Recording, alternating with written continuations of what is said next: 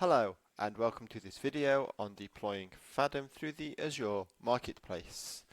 You can deploy Faddom on a Windows instance in Azure. You will need to deploy a Windows Azure instance, and then you can follow our guide on deploying Faddom in Windows. In order to get into the downloads portal, you will need your activation key and associated email address. If for some reason you do not have an activation key, please get in touch and we can provide you with one. You click on login, where you will be taken to our downloads page. At the bottom on the right you can see Azure Marketplace, where you click and it will take you to the Faddom page for the marketplace.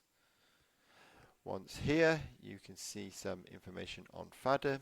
You can click get it now. You click on continue and it will take you to the next page. All the settings that you will see are the recommended settings from Faddom. If you have any questions, please do let us know. You can then select create or start with a preset configuration. We recommend the preset configuration and you can read about that in our guide. You can see here the option is production and general purpose. Continue to create a VM.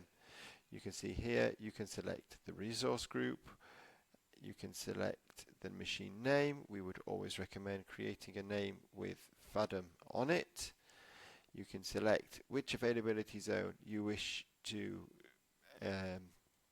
publish it in, or you can select the Azure selected zone.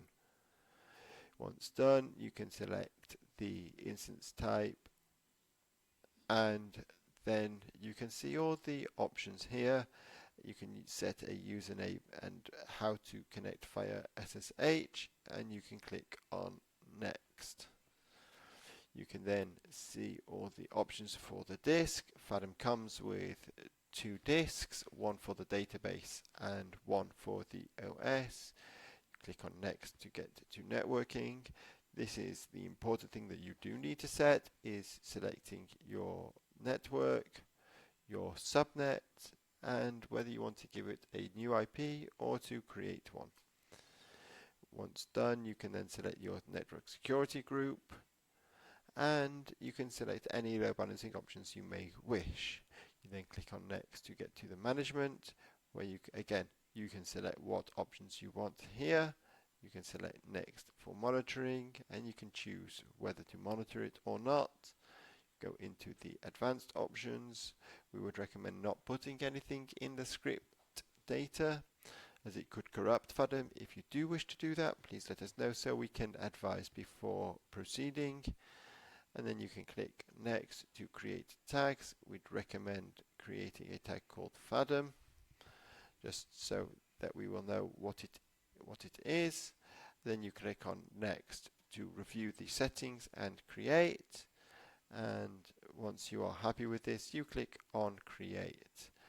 I am just going to pause this here while we wait for the machine to be created, and I will see you in a few minutes. Hello and welcome back.